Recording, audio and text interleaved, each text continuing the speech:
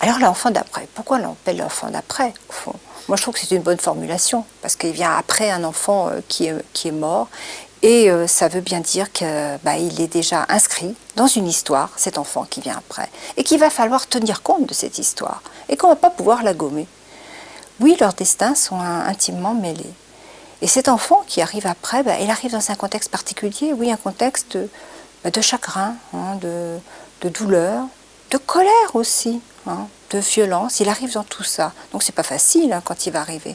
Mais en même temps, si on a pu aider les parents déjà au moment de la mort de l'enfant et pendant la grossesse, tous ces sentiments violents, toutes ces émotions vont être métabolisés et vont permettre justement que son accueil se fasse beaucoup mieux.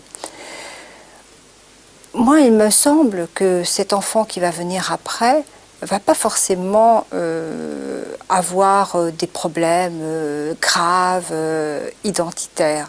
Si on permet aux parents de pouvoir penser aussi à l'enfant qui est mort précédemment, c'est-à-dire de s'autoriser à penser que peut-être c'est le deuxième enfant, celui-là, ou le troisième enfant, qu'il a sa place, une place différente certes, mais bien distincte.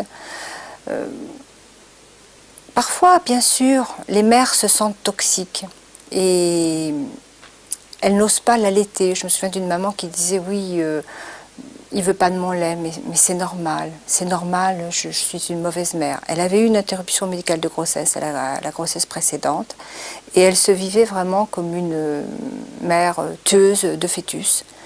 D'ailleurs, pendant un certain temps, elle n'osait même pas approcher les femmes enceintes. Elle avait peur de créer un malheur, enfin d'être maléfique, quoi.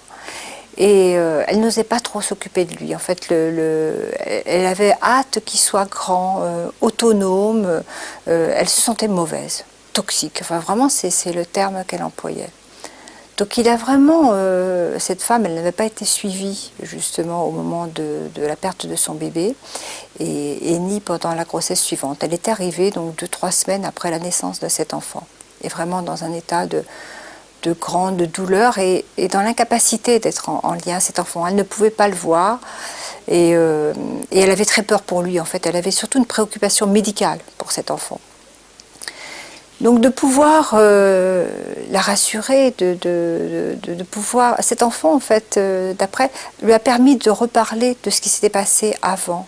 Et elle a pu mettre des mots sur sa douleur, sur aussi toute la culpabilité qu'elle avait pu éprouver.